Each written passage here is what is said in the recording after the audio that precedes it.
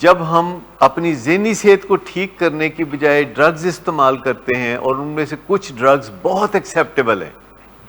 مجھے بتائیے کہ چائے کے اندر ڈرگ ہوتی ہے کہ نہیں ہوتی؟ اور اس کا نام کیا ہے؟ اچھا، جو پہلے بازار سے ڈرگ ملتی تھی اے پی سی، آپ کو پتہ ہے اے پی سی ایک ڈرگ تھی. اس میں C stands for caffeine, A for aspirin اور پی فار پیراسیٹامول.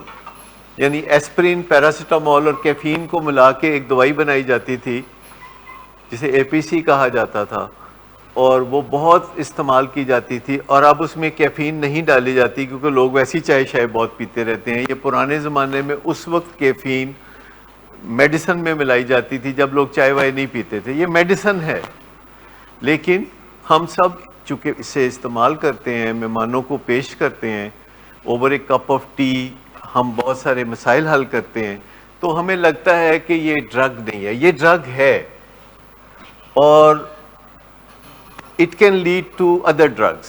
یہ دوسری ڈرگس کی طرف بھی ہمیں دھکیل سکتی ہے، کیونکہ آپ نے دیکھا ہوگا کہ لوگ پھر سگریٹ بھی پیتے ہیں، لیکن وہ اپنے موڈ اور مزاج کو صحیح رکھنے کے جو مناسب طریقے ہیں ان کی طرف توجہ نہیں دیتے، جو بہت سستے اور آسان ہیں، جن میں سے پہلا ہے کہ اپنی نیند پوری کریں. مجھے بتائیں کہ نیند کے بارے میں لاپرواہی موجود ہے کہ نہیں؟ بہت زیادہ. اور لوگوں میں، آپ تو نہیں کرتے ہوں گے. تو نیند کے بارے میں جو لاپرواہی ہے، یہ اگر ہم چھوڑ دیں تو ہماری مینٹل ہیلتھ بہت بہتر ہو سکتی ہے. اور یہ مفت ہے، نیند مفت ہے، ایکسرسائز مفت ہے. پیدل چلنا خاص طور پر ہر ایک کے لیے ممکن ہے، پیدل چلنا مفت ہے. لیکن چونکہ مفت ہے اس لیے اس انمول چیز کا ہم استعمال نہیں کرتے، اور ہماری مینٹل ہیلتھ پھر اتنی اچھی نہیں ہوتی. زیادہ تر لوگوں کو میں کہتا ہوں کہ آن دی آور 100 قدم چل لیا کرے. آن دی آور یعنی جب 3 بجے، 4 بجے، 5 بجے، 6 بجے، تو پیدل چل کے 100-150 قدم اپنے گھر میں. اس سے بات آگے چلنا شروع ہوگی. تیسری چیز جو مینٹل ہیلتھ کو اچھا رکھتی ہے وہ ہے کہ ہم آپس میں لڑائی جھگڑا، فساد، شور شرابہ نہ کیا کریں.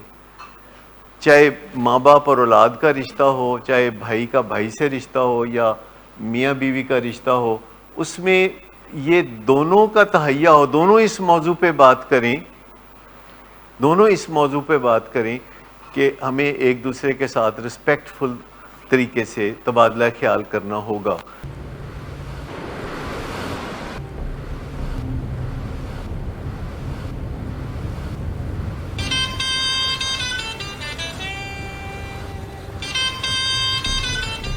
اچھا، تو ابھی تک تمہارا اس چیپ لڑکی کے ساتھ چکر چل رہا ہے؟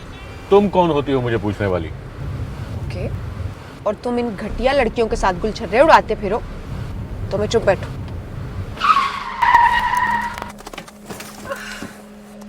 Get out.